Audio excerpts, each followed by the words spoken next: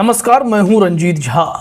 राष्ट्रपति केस में CJI BR Gavai के चौंकाने वाले फैसले के बीच एक जज ने बड़ी बगावत कर दी है और जुडिशरी के भीतर उठी यह आवाज सुप्रीम कोर्ट तक सुनाई देने वाली है, क्योंकि सीजेआई बीआर गवई जुडिशरी में अपने ही जजों के दिए तेवर भरे फैसले की धार कुंद करने में जुटे हैं। प्रेसिडेंशियल रेफरेंस केस में उन्होंने फिर से राष्ट्रपति और गवर्नर को भगवान बनाने की कोशिश कर दी है, संविधान से ऊपर बिठाने की कोशिश कर दी है कि अब राष्ट्रपति और गवर्नर विपक्ष शासित राज्यों में मनमानी करते दिखेंगे।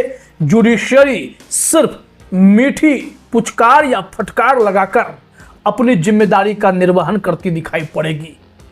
तो सुप्रीम कोर्ट के भीतर जुडिशरी में उथल पुथल तो मच ही रही होगी कि आखिर निर्णय लें तो कैसे लें।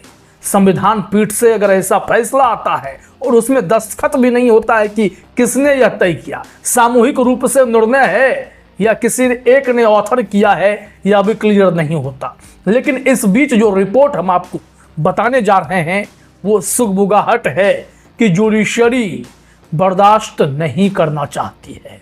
इस हेडलाइन को देखिए, केस ट्रांसफर से न्यायपालिका बनी मजाक, हम कागजी शेर।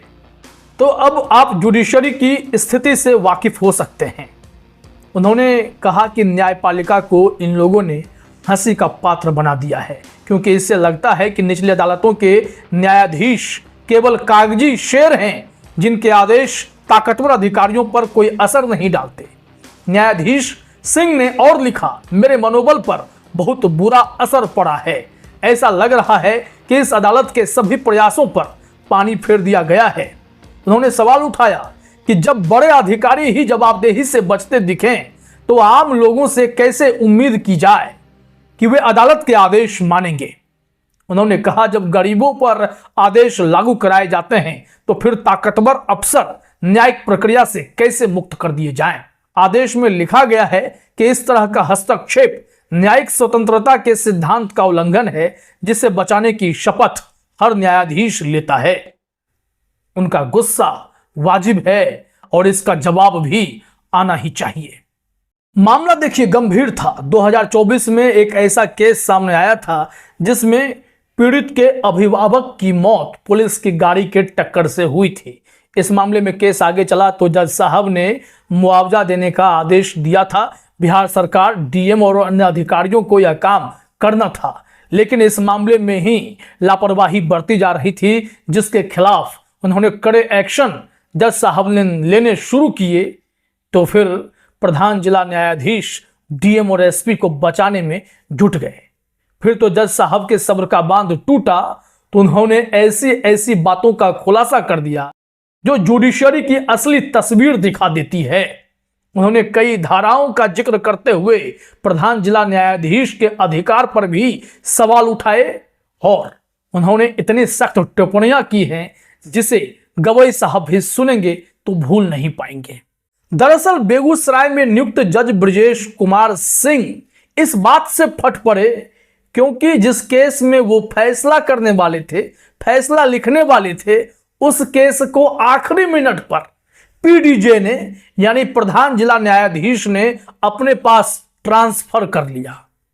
इससे वो बिफर गए। आखिर क्यों? क्योंकि उस केस में डीएम और एसपी के खिलाफ कंटेम्प्ट की कार्रवाई करने की बात कही गई थी। इससे इन लोगों की नींद उड़ गई। लोअर कोर्ट इतनी ताकत कैसे दिखाए कि डीएम और एसपी को ही ये कटघरे में खड़े कर देंगे, जिससे पीडीजे जो हैं बीच बचाव में कूदने की कोशिश किए होंगे। जिस हिसाब से आरोप लगा है, उनका दिल टूट गया, मनोबल टूट गया ऐसी हरकतें अपनी ही जुडिशरी में देखकर। क्या हुआ है समझिए। उन्होंने कहा कि प्रधान जिला न्यायाधीश ने एक ऐसा मामला अचानक अपने पास ले लिया जो उनकी अदालत में लगभग पूरी तरह निपटने ही वाला था। उनका कहना है कि इस कदम से उनका मनोबल टूट गया है और ऐसी चीजें न्याय व्यवस्था की साख को खराब करती हैं। तो इससे आप समझ सकते हैं कि जुडिशरी के भीतर अगर गवई साहब अपने ही साथ में काम करने वाले जजों के फैसले पर इस तरीके का अलग ही फैसला देते हैं तो जुडिशरी में निर्णय लेने वाले जो अपने हिसाब से संविधान की व्याख्या कर रहे थे उनके मनोबल पर क्या असर पड़ेगा? यह सोचने वाली बात और बहुत गंभीर बात है, क्योंकि इसे आप एक बेहतरीन केस के साथ समझ सकते हैं। कैसे? हाल ही में ट्रिब्यूनल रिफॉर्म्स एक्ट को सुप्रीम कोर्ट ने रद्द किया क्योंकि उन्हें लगा कि कार्यपालिका जुडिशरी को कंट्रोल करने की कोशिश कर रही है। ऐसे में गवई साहब ने काफी फटकार लगाई, सरकार से भिड़ गए, अटॉर्नी जनरल की फजीहत कर डाली और फाइनली निर्णय दिया। उस एक्ट को दोबारा से उन्होंने अनकॉन्स्टिट्यूशनल करार दे दिया। तो बताइए कि जब उन्हें बुरा लग सकता है तो फिर किसी को भी बुरा लगना चाहिए। और यह वही सुप्रीम कोर्ट है जो इलेक्शन कमिश्नर की अपॉइंटमेंट कमेटी से सीजेआई को बाहर कर दिया गया, उसका केस सुप्रीम कोर्ट में ही पेंडिंग है। कोई सीजेआई हाथ नहीं लगाते। क्यों? क्या कारण है? बार बार उसे क्यों लटकाया जा रहा है? इस मामले में यह अनकॉन्स्टिट्यूशनल है या नहीं है, यह क्यों नहीं बता देते? बता ही दीजिए, क्योंकि आजकल तो फैसले काफी अनुमानित होने लगे हैं। खैर, जो अतिरिक्त जिला एवं सत्र न्यायाधीश 3 ब्रजेश कुमार सिंह हैं, उन्होंने बेगूसराय के डीएम और एसपी के खिलाफ अवमानना कार्रवाई की अनुशंसा कर दी थी, जिसके बाद ही यह मामला बिगड़ता चला गया। उन्होंने साफ कहा कि अगर लास्ट मिनट पर हमसे केस वापस ले लिया जाता है तो इसका मतलब साफ है कि एसपी और डीएम को बचाने के लिए खेल किया जा रहा है। वो पीडीजे पर ही भड़क उठे हैं, प्रधान जिला न्यायाधीश पर। और कमाल की बात यह है कि जज साहब ने 17 नवंबर को अदालत में ही आदेश लिखवाते हुए कहा था कि 14 अक्टूबर 2025 को उन्होंने डीएम और एसपी के खिलाफ अवमानना की कार्यवाही शुरू करने की जब अनुशंसा की थी तो उससे पहले क्लैरिफिकेशन भी मांगा था कि आप पर कंटेम्प्ट क्यों न चलाया जाए, डीएम महोदय, एसपी महोदय।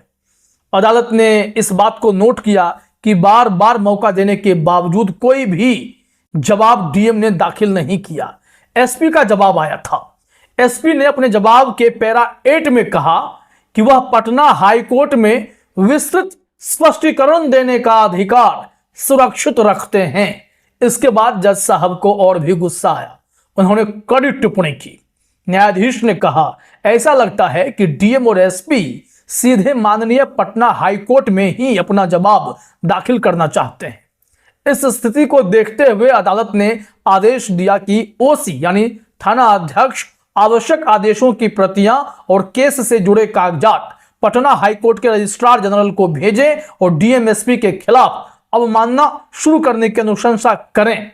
लेकिन जैसे ही यह निर्देश जारी हुए, न्यायाधीश ब्रजेश सिंह को 15 नवंबर का एक आदेश मिला जिसमें प्रधान जिला न्यायाधीश ने इस निष्पादनवाद को वापस लेकर अपने व्यक्तिगत फाइल में सुनवाई हेतु मंगाने का निर्णय कर लिया। अब ऐसे में जो आगे जानकारी है वो और भी दिलचस्प है, क्योंकि जज साहब इतने गुस्से में थे कि उन्होंने कई बातें नोट करवा दी। जज साहब ने कहा कि मैं यह क्लियर करता हूं कि पीडीजे ने सिविल प्रक्रिया संहिता सीपीसी की धारा 24 के तहत यह आदेश दिया है, लेकिन यह धारा प्रशासनिक कारणों के आधार पर स्थानांतरण की अनुमति नहीं देती, केस ट्रांसफर की अनुमति नहीं देती है। उन्होंने कहा कि धारा 24 के तहत पीडीजे अपनी मर्जी से मनमाना निर्णय नहीं ले सकते। यह भी समझाया कि धारा 24 में लिखा है ऑफ इट्स ओन मोशन का मतलब पीडीजे की इच्छा या मनोवृत्ति नहीं है।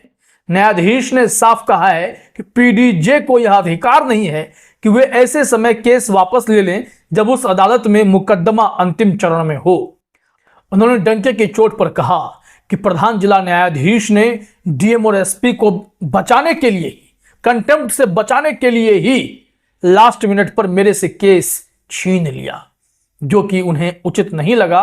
उन्होंने कहा कि मेरा मनोबल टूटा, इस वजह से मैं इस केस से खुद को अलग भी कर रहा हूं और मुझे इस बात का पछतावा भी नहीं है, क्योंकि मैं वस्तु स्थिति समझ चुका हूं। तो इससे खुद सीजेआई बीआर गवई जो रिटायर हो रहे हैं वो बेहतर समझ गए होंगे कि जुडिशरी की हालत नीचे से ऊपर तक कैसी बनाई जा रही है।